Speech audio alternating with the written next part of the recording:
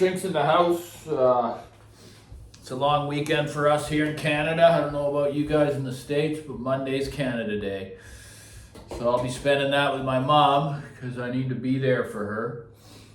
I don't know. I was just thinking about a certain topic here. As I've always stated before, I've kind of played in a certain income ballpark when it comes to audio equipment. And like I've always said too, is 90% used market guy. So, $1,500 on the used market can kind of, obviously I've gone way higher than that at some point. The highest I've probably ever gone in the used market was spending maybe $4,000, on some used speakers like the Grahams there. It's probably the peak, the highest I've ever gone. I know there's a real sweet spot around that area where you build a system of components around the similar value. You're going to have to go a lot higher to get such a small improvement. And most of all of you know that. But there's also another angle, meaning you can't just throw money at things thinking it's going to get better because it's too complex to build a really dialed in audio system, and experience is going to take you further than money is in that regard. So, but there's one thing, I hear a saying a lot is, I'm going to downsize or I'm going to downgrade and just be happy with something at a lesser level. Guys, I'm speaking for me. I've tried that, and the type of personality I am, it's just I'm either all in or I'm not. So for me to be able to do that, I'm not saying you can't get a device that's doing a whole bunch of things at one time, similar to my E1X, which is quite a high level piece still. I just mean downsizing to just a completely lesser quality, lesser refined, cheaper price, and still remain happy. Well, I've tried it and it's never been able to happen. And the main reason is it's in the mind and in the heart.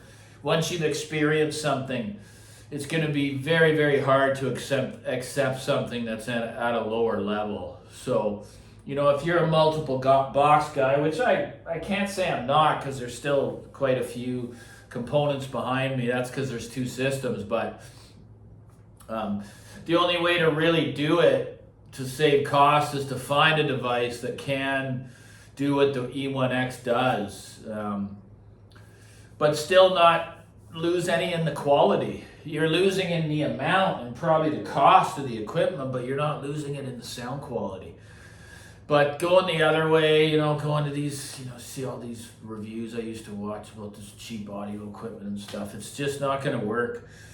There's something to be said about pride of ownership, in the heart. It feels good to own something that's really well designed, really well built, and just sounds amazing that you engage with, right? So, yeah, I've tried it. Once you've been somewhere, you can never go back again. For me, if I was to do that, I'd have to just entirely quit because I'm used to hearing music presented in a certain way in my listening space and engaging me in a certain way, right? There's no way that I could settle for second best. And man, what a complex hobby, eh, guys? I mean, what hobby do you spend more money and get less? I don't know of any. I always use that analogy. Okay, I got a Corvette, which I don't. I can when I'm retired if I so choose, but the vehicles I own right now are purpose to build to make money for the business, trucks. But, okay, I got a Corvette. Well, I got the entry-level Corvette. Well, now I want to get better handling and I want more power. So what do? You go to the C6. And that's exactly what you get, right? So with audio, it's not like that. And that's what keeps people, me, myself, for a long, long time, continuing to spin their wheels, right? For me, it wasn't enjoyable. For some, it is. All the power to you. Maybe you haven't done it long enough. I did it in deep for so long. Luckily, it didn't put me in arrears. Never has. But again, that's that knowledge and experience of learning the market. But I mean, it just became monotonous and painful at a certain point. And it's just so complex. Oh, damn it, there's something wrong with the sound. No, there's something wrong with the recording. Once you can put it to that, because no matter how good a system is, it's never going to fix a bad recording. That's a reality. That's a fact.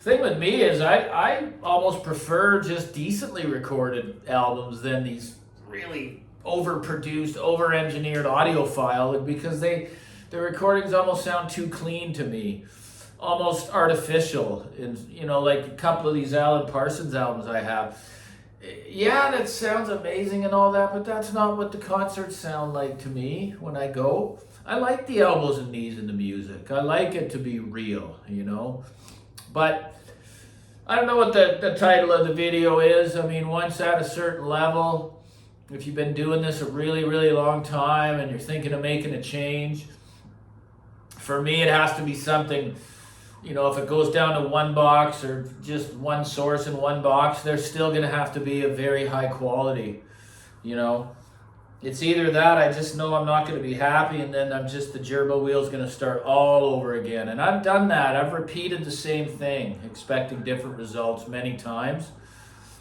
And my mind still plays with it. I just have to stop myself.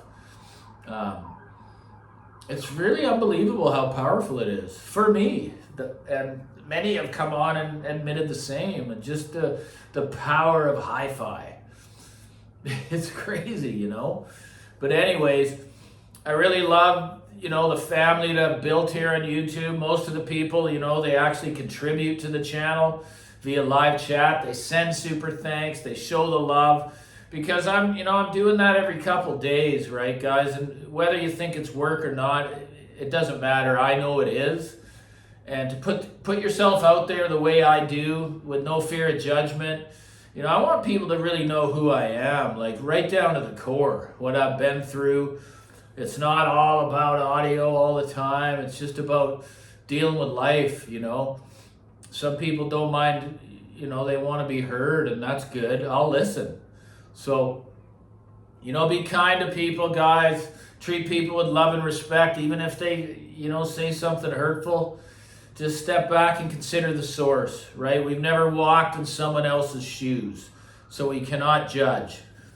And it's a really freeing feeling to not judge others. I fail miserably at treating people with love and respect every day. I have to practice, and it comes out in the ones that are closest, So I'm not proud of that, and I'm working on that. So anyway, thanks for so many people that actually support the channel, put their money where their mouth is, and send $1 or $2, because I don't have the Patreon and all that other. I'm not gonna. I run this channel a different way than probably all of the creators. It's different. I try to engage on the live chats with people and really make them feel at home, that like they're talking to a friend, right? So like and subscribe.